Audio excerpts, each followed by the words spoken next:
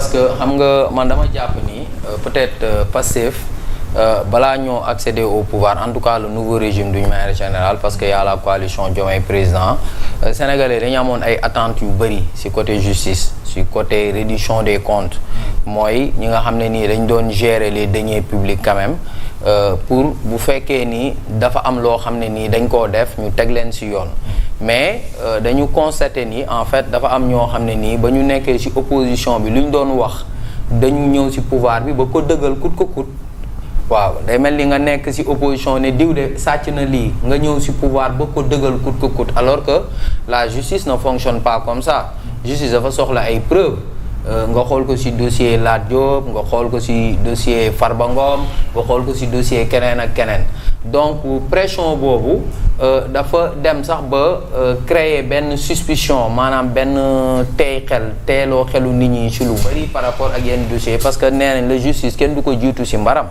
moo tax ñu ne sax le temps de la justice n'est pas le temps des hommes parce que la justice a besoin de preuves waaw parce que gis nañ ko fi xam nga boo xoolee quelque temps en arrière nga xool par rapport ak l'histoire de Karim Wade sous le régime de Macky Sall nga xool ak réactivation cours de répression de l'enrichissement illicite ak lu ci am boo xoolee ba ci biir a biir CREI yi lu ñu ko doon reprocher ci dossier Karim Wade mooy c'était un dossier sans preuve loolu nit ñuy wax boo xoolee au niveau international ñëpp dañ ne Karim Wade ay àqam ak ay yelleefam kenn respecté wu ko donc da ngay gis d'abord problème boobu d'abord ci côté reddition des comptes nga gis ni tamit justice bi dañ ko bëgg a utiliser tamit pour museler ay nit ci côté espace public bi mooy ñi nga xam ne nii ay leaders d'opinion lañ nit ñoo xam ne nii dañu am seen kàddu ci penc bi bon c'est pourquoi tey ji y a beaucoup de personnes yoo xam ne ni tey ñoo ngi ci prison bi ku ci mel ni Abdou y a le cas Badara Gadiaga ak keneen ay ñoom Moustapha Diakhaté yooyu te ñooñu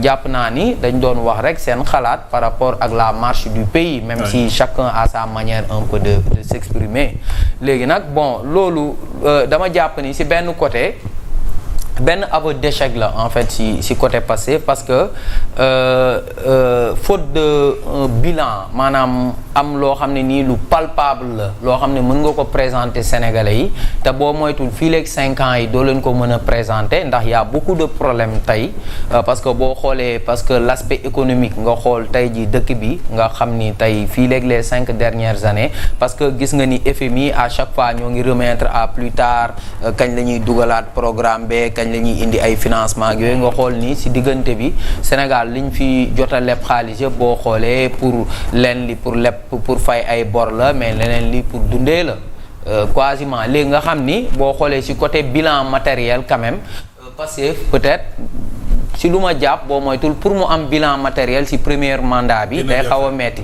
léegi bilan immatériel rek la mën a yaakaar mooy côté reddition des comptes alors que bilan immatériel boobu sax ils sont en train d'échouer sur ce point là ndax tey damay fàttaliku dégg président de la République ne gars yi plat bi la ñu commandé mais plat bu ñu commandé neexul mais plat bi nga commandé te neexul plat boobu noonu da nga ko bëgg a servir say adversaire mais yow plat boobu bëggoo ñu servir la ko gis nañ mais pour le président le discours a évolué. waaw non sa dernière sortie quand même. wane na ne quand même justice bi président mi ngi. non moom son discours a évolué mais boo xoolee au niveau de son camp. c'est là où ça pose problème parce que da ngay xool tey par rapport ak plainte bi nga xam ne nii Bouba Ndour introduire woon na ko et gis des gens qui menacent carrément la justice. et qui réclament la démission même. Ousmane Diagne. ministre de la justice waaw tey jii cette pression là bi nga xam ne dañ koy teg ci ndoddu justice bi nga gis ni un ministre bu taxaw ku saaga Ousmane Sonko saaga leen ko ainsi de suite loolu yëpp c'est une manière de comment dirais-je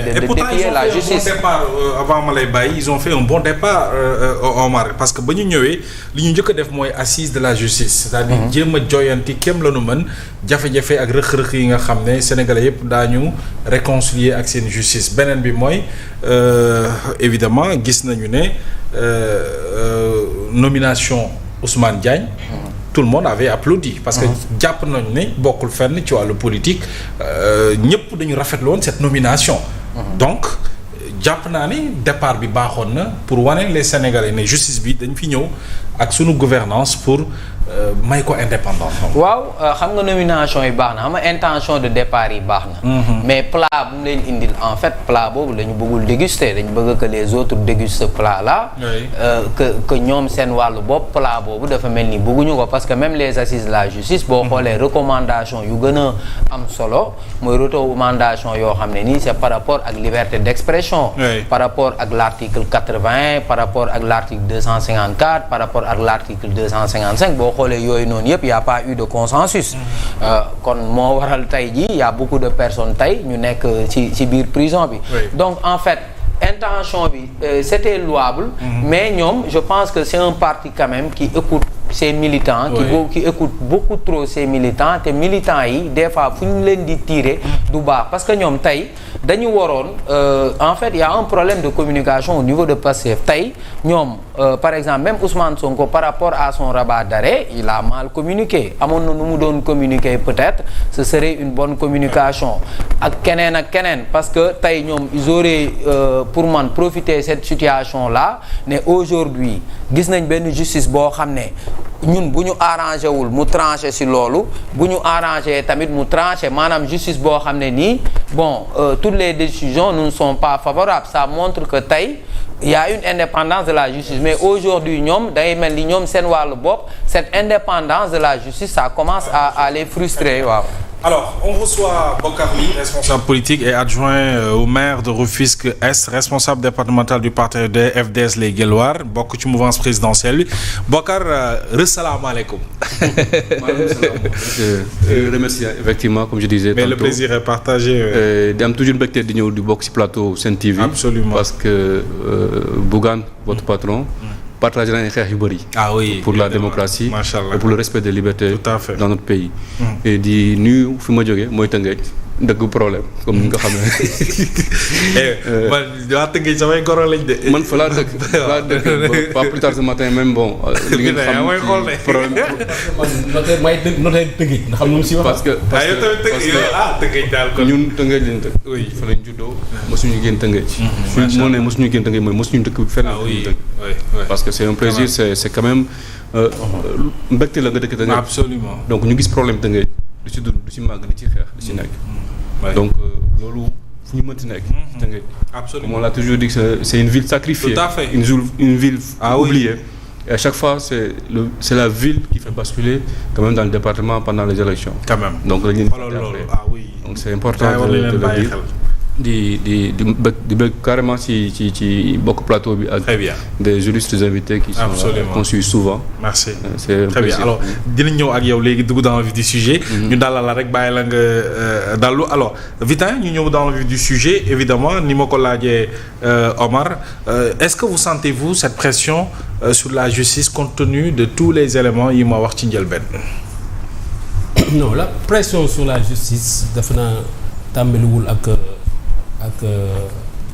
avènement Pastef. dëgg yàlla. gis nañu même ci régime bi ñu génn. plusieurs fois il y a eu des tentatives pour manœuvrer. au profit du régime. ci justice bi. pression bi également sentir nañ ko présentement parce que non seulement day jógee wax bi day jógee ci fi kawe dégg nañu premier ministre di wax ci justice dégg nañu. defe naa premier vice-président assemblée nationale di wax ci justice ñu balaye ñu teg fi ay magistrats yu xam ne ñoom dañuy comprendre vision bi. yemuñu ci wax mais ci jëf bi. ñu ngi wane lu ñu bëgg. rapport de force la nag mais man regard bu mu ci am c'est un regard très citoyen comme d'habitude. te damay li tax ma am man confiance ci justice bi am ci yaakaar. lu ñu génn fan yi rek la ñëwaat ci conseil constitutionnel. ñu gis ne malgré manque crise de confiance bi ngay wax ci autorité publique yi. autorité politique yi. malgré débordement justice populaire bi. malgré tension bi le conseil constitutionnel est resté une institution silencieuse mais vraiment efficace et indépendante. li tax ma koy wax mooy ne gis ngeen ko. boo xoolee déjà 2024 conseil constitutionnel dëkk bu muy tàng moom moo njëkk a assurer contrat démocratique bi en disant au président kii dem mandat bi fii lay yem. conseil constitutionnel moo permettoon amul vide juridique ñu bañ a def un prolongement du mandat ne de mu ne ko le mandat bi le 2 avril lay yem. Ça c'est le conseil.